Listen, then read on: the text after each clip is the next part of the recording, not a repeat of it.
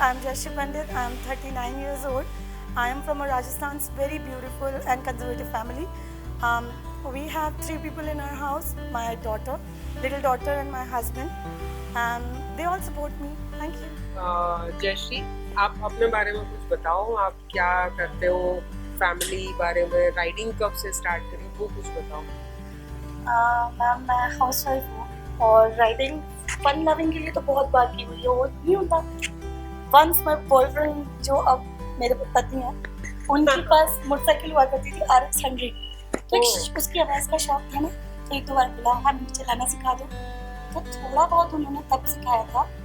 और उसके बाद सब छूट गया।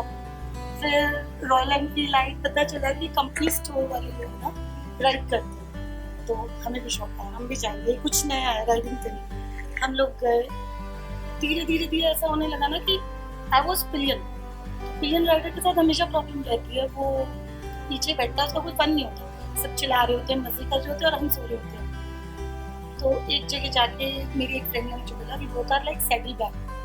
मैंने बोला क्यों? बोले लटक के आते हैं, हमको लटक के जाना है। मैंने बोला नहीं I want be saddle bag, मैं सीख लूंगा। तो within a month bike सीखी और उसके बाद धीरे धीरे चलाना शुरू किया, थोड़ा गिरी थोड़ा पड़ी, फिर आप मिल गए। एक ये भी होता है कि पिलियन हमेशा थकता ज्यादा है, उसको नींद बहुत आती है, उसको मेंटली कुछ नहीं करना होता है। हाँ, बेसिकली तो राइडर बनने में ज्यादा फन होता है। स्ट्रेट रोड होती है तो वो देखते देखते उसकी आंख ही तक जाती है कि बस लेके जा रहे हैं। फन तो एक्चुअली राइडिंग में है, पीछे बैठने में कुछ भी फन नहीं। और हस्बैंड के साथ में राइड्स करी, क्या कहाँ करी? मैम हस्बैंड के साथ शुरू की थी, स्पीति राइड की थी। सबसे पहले हम लोग गए थे ऋषिकेश 82, वो फर्स्ट राइड थी, वो कंपनी स्टोर से थी। फिर छोटी छोटी राइड शुरू हुई, मंडावा चले गए, कभी गुजरात चले गए। मंडावा जहाँ तक मुझे याद है तुम्हारा ससुराल, मेरा होम टाउन इन-लॉज का है। तो सबसे पहली राइड वो की, फिर बट लॉन्ग राइड्स में हम लोगों ने ऋषिकेश गए 82, वहाँ पे कैंपिंग की। और ये भी होता है न्यू फन, कैंपिंग थिंग, सब साथ जा रहे हैं, एकदम एक साथ अलाइन कर रहे हैं, तो बड़ा एक्साइटमेंट से हो गया यार, ये सही चीज़ है। हम वीडियो गेम कंप्यूटर में खेलते हैं, हम रियल लाइफ वीडियो गेम खेल रहे हैं, ज़िप-ज़ाप। और सबसे यादगार राइड कौन सी रही अब तक? याद है हम लोगों का वीमा का एक राइड हुआ था, लखनऊ वाला। लखनऊ नहीं, वीमा का राइड था आगरा वाला। नहीं मैम वो लखनऊ तक, वो लखनऊ नेपाल जो पैटर्न फॉरवर्ड करना है, नेपाल पैटर्न वाला। जयश्री पंडित हो गई पहली बार स्ट्रॉन्ग कि मैं सोलो जाएगा पैटर्न फॉरवर्ड करके। वहाँ पे उस टाइम पूरे टाइम जयपुर से लेके लखनऊ तक धुआंधार बारिश थी। तो यहाँ से हम लोगों ने जब आगरा के लिए शुरू किया तो वो लॉन्गेस्ट रूट हो गया था, 12 घंटे में हम लोग आगरा पहुंचे थे। 5 बजे शुरू किया, 5 बजे रात को पहुंचे शाम, क्योंकि एक एक करके सबकी बाइक खराब हुई। मेरी बाइक बंद हुई, अंकिता की बंद हुई, तो वो लाइन से चल रहा था। उसके बाद मुझे पता पड़ा कि मेरी बाइक तो ऑयल खा रही है और ऑयल का कुछ अरेंजमेंट्स होने वाले नहीं है। और क्योंकि वहाँ से हार्ली पीपल ने ज्वाइन किया था, अनिशा गुलाटी, रविश मुखर्जी, इन लोगों ने, तो डर पड़ता है क्योंकि वो तो जिप जैप ज़ूम हो जाने वाले हैं, मुझ गरीब का क्या होगा, I stay there only in Agra. तो मैंने उन्हें कहा कि आप निकले, मैं पीछे आऊँ, वो लोग निकले, मैं पीछे से चलना शुरू किया। मुझे रियलाइज हुआ कि मेरा फोन बंद हो चुका है, घर वालों को पता नहीं है पंडित जी गायब है। पूरे ग्रुप में वो हल्ला मची रहा था, जयश्री पंडित गायब है, जयश्री पंडित गायब है, उसका फोन खराब है, जयश्री पंडित की बाइक खराब है, पता करो। वो मेरी टफेस्ट और सबसे यादगार है, क्योंकि वो पहली राइड थी जिससे मुझे अकेले करना था और भगवान ने उसमें मेरी पूरी परीक्षा ली। जितने टेस्ट लेने थे ना, जितने चाटे लगाने थे, तू अकेली आई है ना, तुझे बताता हूँ मैं। What is solo.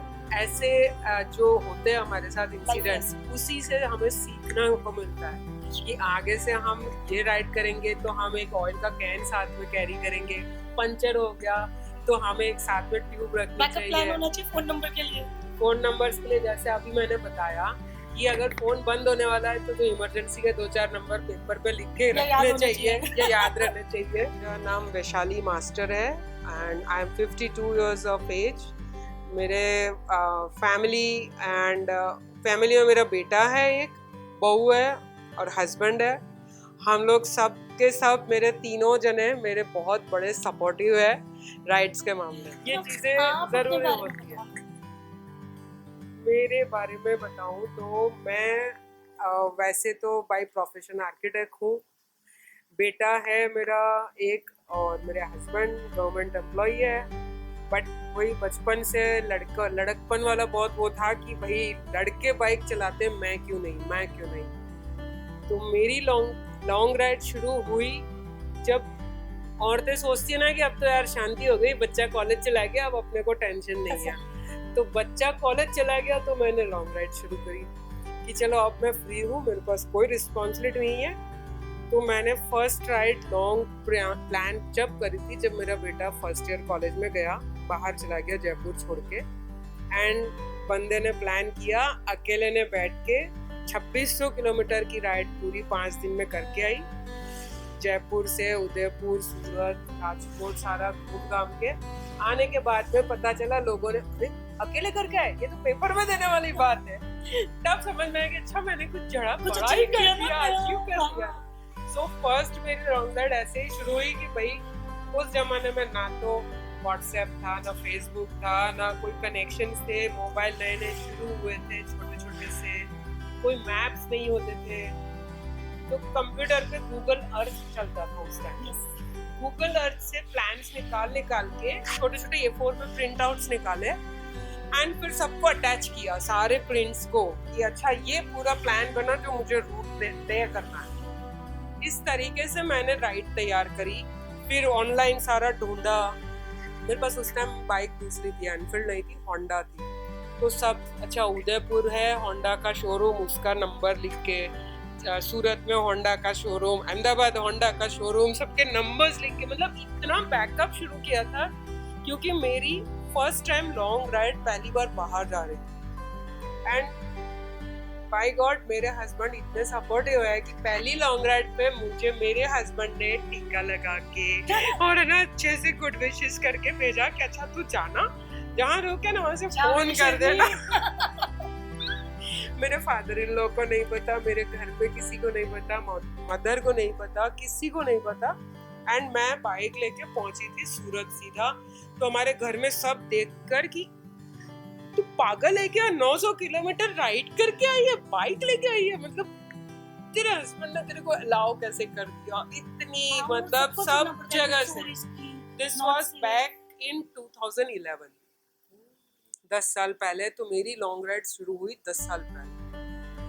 उसके बाद तो मैंने इतनी लॉन्ग राइड्स अब तक कर चुकी हूँ कि अगर मुझे कोई पूछे कि भाई यादगार कौन सा है, तो मुझे मतलब सोचना पड़ेगा कि कौन सा बताऊं, मैं नॉर्थ का बताऊं, साउथ का बताऊं, ईस्ट का बताऊं या वेस्ट का बताऊं। मेरे लिए आपका वो होगा जिसमें आपने इंडिया बुक ऑफ रिकॉर्ड्स नाम दो बार आया।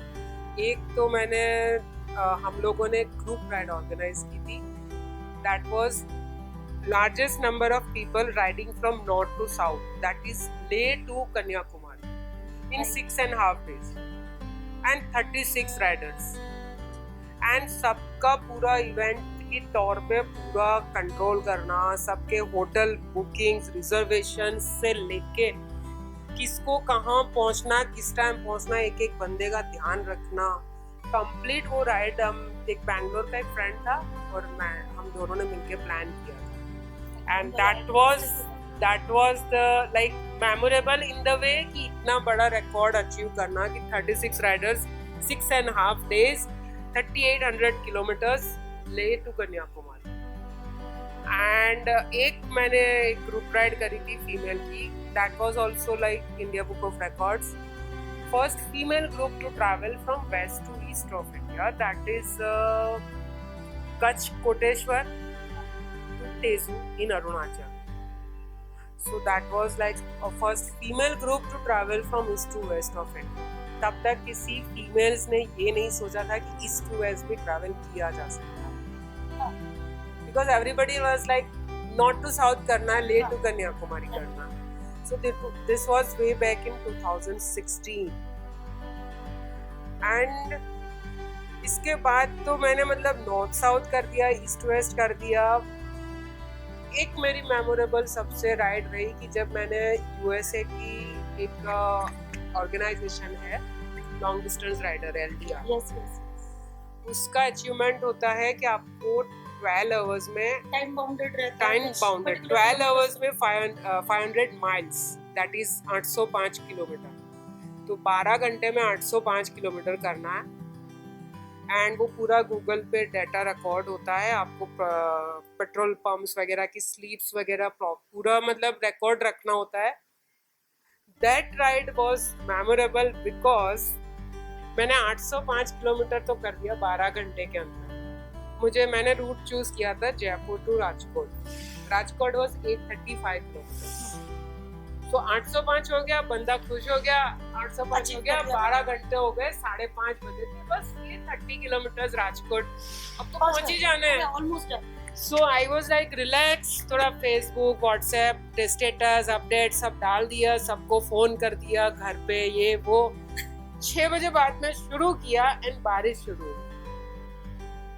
वो 30 किलोमीटर काटने में मुझे 4 घंटे। रात के 10 बजे मैं राजकोट पहुंची एंड पूरी रात बारिश हुई, दूसरे दिन सुबह भी बारिश हुई।